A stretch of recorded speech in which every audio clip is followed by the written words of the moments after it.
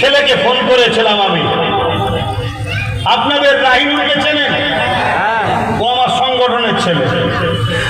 আপনারা সবাই আমার ভাবতে পারিনি, আমি খুব দুঃখিত। আমি ভাবতে পারিনি যে একটা জায়গায় জিতার পরও আবার নওশাদ কতদিন এলাকায় ঘর ভাড়া পর্যন্ত পাইনি। ঠিক বলছি তো নাকি?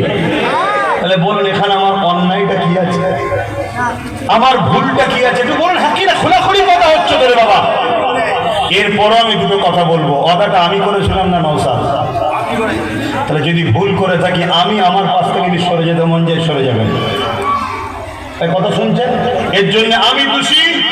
যদি কেউ মনে করেন যে ইচ্ছা করে করেন তাহলে আমি দোষী, তাহলে আমার থেকে সরে যাবেন। কথা বুঝছেন?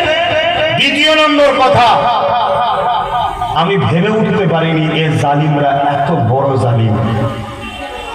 আমি ভেবে উঠতে পারিনি যে একটা মানুষ নিজে একটা জায়গা কিনবে, কিনে তারপরে মানুষের সেবার জন্য পরিবার জায়গাওয়ালাদেরকে এইভাবে পেশাব দেওয়া হবে।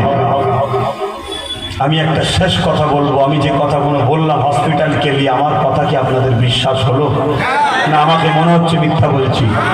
নবিয়ানা মেম্বারে দাঁড়িয়ে